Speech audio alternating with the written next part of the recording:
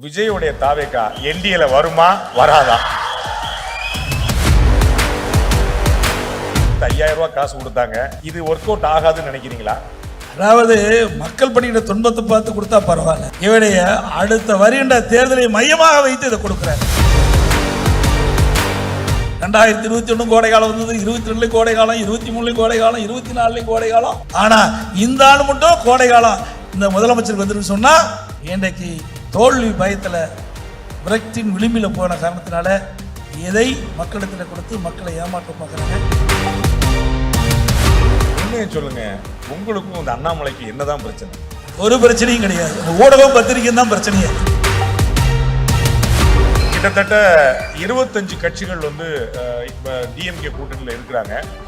உங்களுடைய என்டிஏ கூட்டணி திமுக கூட்டணி எதிர்கொள்வதற்கான அளவுக்கு வலிமையா இருக்குன்னு நினைக்கிறீங்களா? இன்னைக்கு அதிகமா இருக்கலாம், வலிமை எங்க இருக்குது?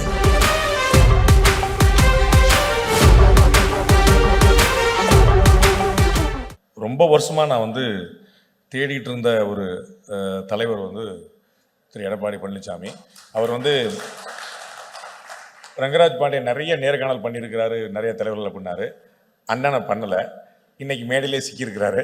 அதனால வந்து அண்ணன்ட்ட வந்து இந்த சந்தர்ப்பத்தை பயன்படுத்தி ஒரு 4-5 கேள்விகள் மட்டும் வச்சிடலாம் அப்படின்னு நான் பார்க்குறேன்.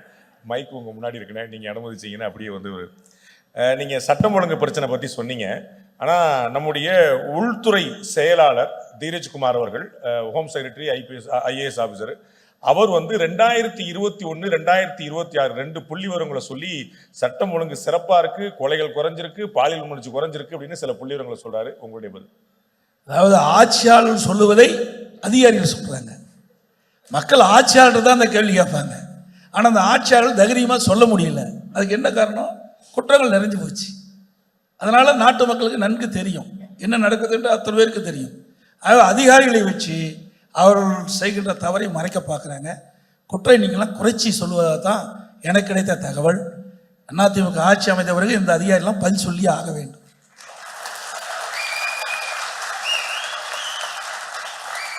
எதிர்கட்சிகளாக, உங்களுக்கு எதிர்கட்சிகளாக இருக்கிறவங்க, உங்களுடைய கட்சியிலிருந்து வெளியேறினவங்க வந்து தொடர் தோல்விகளை சந்தித்தவர் திரு எடப்பாடி பழனிசாமி அப்படின்னு நம்பர்ஸ் சொல்றாங்க. இந்த விமர்சனம், அதாவது 2011 2021 வரைக்கும் பாருங்க. 2011 திரு கருணாநிதி அவர்கள் இருக்கின்ற பொழுது எதிர்கட்சி அந்தஸ்து கூட கிடைக்க முடியல.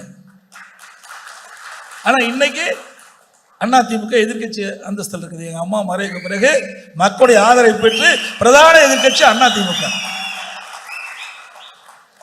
அதோட 10 ஆண்டுல எத்தனை தோல்வியை திமுக சந்திச்சிருக்குது.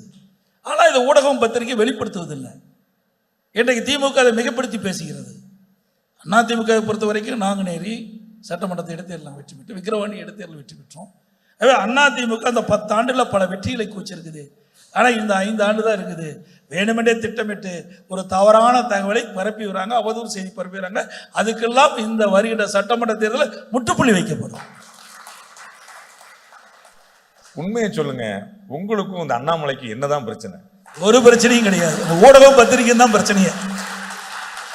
ஏன்னா மரியாதைக்குரிய அண்ணாமலை அவர்கள் வருகிற செவ்வாய்க்கிழமை 17ஆம் தேதி அங்க ஆர்ப்பாட்டம், அண்ணன் அந்த கோயம்புத்தூர்ல ஆர்ப்பாட்டத்துக்கு தலைமை தாங்கிறார்.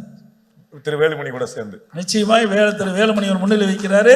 திரு அண்ணாமலை அவர்கள் அவர் தலைமையேற்று அந்த கூட்டத்துக்கு ஆர்ப்பாட்டத்தில் தலைமை தாங்கிறாரு. ஆகவே எங்களுக்குள் எந்த விரிசலும் கிடையாது. ஆனா பத்திரிகை ஊடகமும் எங்களுக்கு இப்படி ஒரு கஷ்டத்தை உண்டாக்க வேண்டாம் மட்டும் தான் கேட்டுக்கிறேன். நீங்களும் திரு டிடிவி தினரனும் உண்மையிலேயே ஒரு தாய் மக்கள் ஆயிட்டீங்களா? நிச்சயமாக அதில் என்ன இருக்குது? எங்களுக்கு வீடு பிரியலையா, காடு பிரியலையா, தோட்டம் பிரியலையா?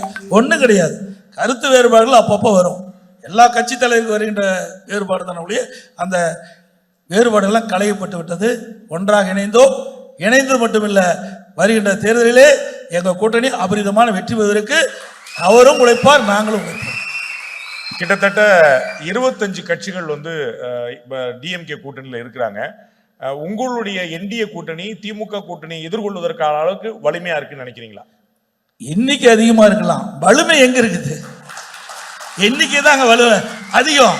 ஆனா குறைந்த எண்ணிக்கையில எங்களுடைய கட்சி இருந்தாலும் வலிமை மிக்க கட்சியா இருக்குது. புரியுதுங்களா? இன்னும் அந்த கட்சியில் முடிவாகலையே, எத்தனை கட்சி வெளியே போகுது, எத்தனை கட்சி உள்ள இருக்குன்னே தெரியலையே. ஆக அதிமுகவை பொறுத்த வரைக்கும் இன்னைக்கு நாட்டு மக்களிடத்தில் அங்கீகரிக்கப்பட்ட கட்சி, 31 ஆண்டு காலம் ஆட்சி செய்த கட்சி, பொண்ணு விளையாண்ட கட்சி, தேசிய ஜனநாயக கூட்டணியை பொறுத்த வரைக்கும் ஒரு வலிமையான கூட்டணியாக இருக்குது. இன்றைக்கு மத்தியிலே 3வது முறையாக அது ஆட்சியில் அமர்ந்திருக்கின்றது. அதே போல டிடி தினகரன், மரியாதைக்குரிய அன்புமணி ராமதாஸ் அவர்கள் மற்றும் எங்கள் தேசிய ஜனநாயக கூட்டணியில் அங்கம் வைக்கின்ற கட்சிகள்லாம் மக்களிடத்தில் செல்வாக்கு மிக்க கட்சியாக இருக்கின்ற காலத்தில் எங்களுடைய வாக்குகள் நிலையானது. அதன் மூலமாக நிச்சயமாக வெற்றி பெறுவோம், ஆட்சி அமைப்போம். அதில் எந்தவித சந்தேகம் தேவையில்லை.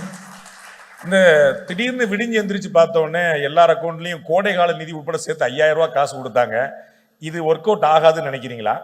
அதாவது மக்கள் படுகிற துன்பத்தை பார்த்து கொடுத்தா பரவாயில்ல, இவடைய அடுத்த வருகின்ற தேர்தலை மையமாக வைத்து இதை கொடுக்குறாங்க.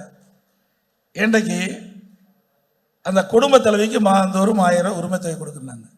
இந்த 3 மாத தொகையை இணைச்சி முன்கூட்டியே அதை அந்த மக்களுக்கு கொடுத்துருக்காங்க. அதில் 3000, 2000 கோடைகாலம். ஒவ்வொரு வருஷம் கோடைகாலம் வருது. ஸ்டாலின் மறந்து போச்சு. 2021 கோடைகாலம் வந்தது, 22 கோடைகாலம், 23 கோடைகாலம், 24 கோடைகாலம். ஆனால் இந்த ஆள் மட்டும் கோடைகாலம் இந்த முதலமைச்சருக்கு வந்துருக்கு சொன்னால் இன்றைக்கு தோல்வி பயத்தில் விரக்தியின் விளிம்பில் போன காரணத்தினால எதை மக்களிடத்தில் கொடுத்து மக்களை ஏமாற்ற பார்க்குறாங்க. நிச்சயம் அது நடக்காது. தமிழ்நாட்டு மக்களை பொறுத்தவரைக்கும் அறிவுஜீவி மக்கள் எது உண்மை, எது பொய், எது சரி, எது தவறு என்று ஆராய்ந்து சீர்தூக்கி பார்க்கக்கூடிய மக்கள் தமிழ்நாட்டு மக்கள். இந்த தேர்தலில் அதெல்லாம் பிரதிபலிப்பாங்க. எல்லாரும் என்கிட்ட கேட்குற கேள்வி நான் உங்கள்கிட்ட அனுப்பி விட்டுறேன்.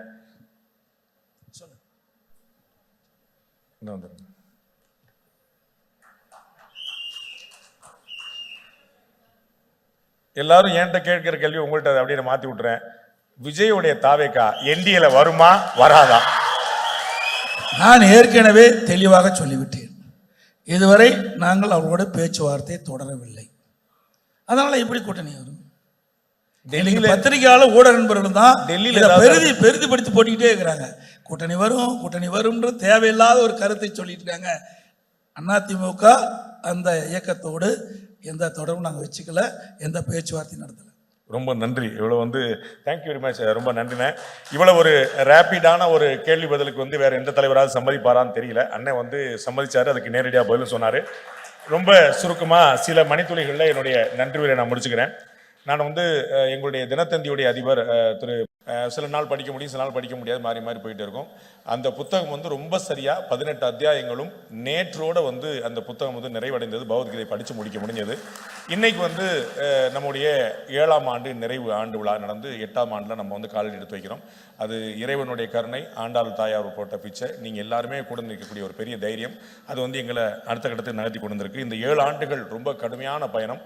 அண்ணன் மாண்புமிகு எதிர்கட்சி தலைவர் சொன்னது போல நாங்களும் அதே கோவிட் பீரியடில் மாட்டி தான் 2 வருஷம் பெரிய பாடுபட்டு நம்ம தப்பு பண்ணிட்டோமோ, தந்திட்டியில் ஒரு மாதிரி ராஜா மாதிரி இருந்தோமே, நம்ம மாட்டு அப்படியே சூனா பானான்னு போயிருக்கலாமே, நம்ம மாட்டு தேவையில்லாத வேலையை பார்த்தோமோ ஒரு பெரிய அச்சத்தை ஏற்படுத்திச்சு. அதை தாண்டி நீங்களெல்லாம் கொடுத்த அன்பும் ஆதரவும் எங்களை இந்த 7 ஆண்டுகள் எதிர்நீச்சல் போட வைத்து இன்னைக்கு உங்கள் முன்னாடி இங்கே நிப்பாட்டி வச்சிருக்கிறாங்க.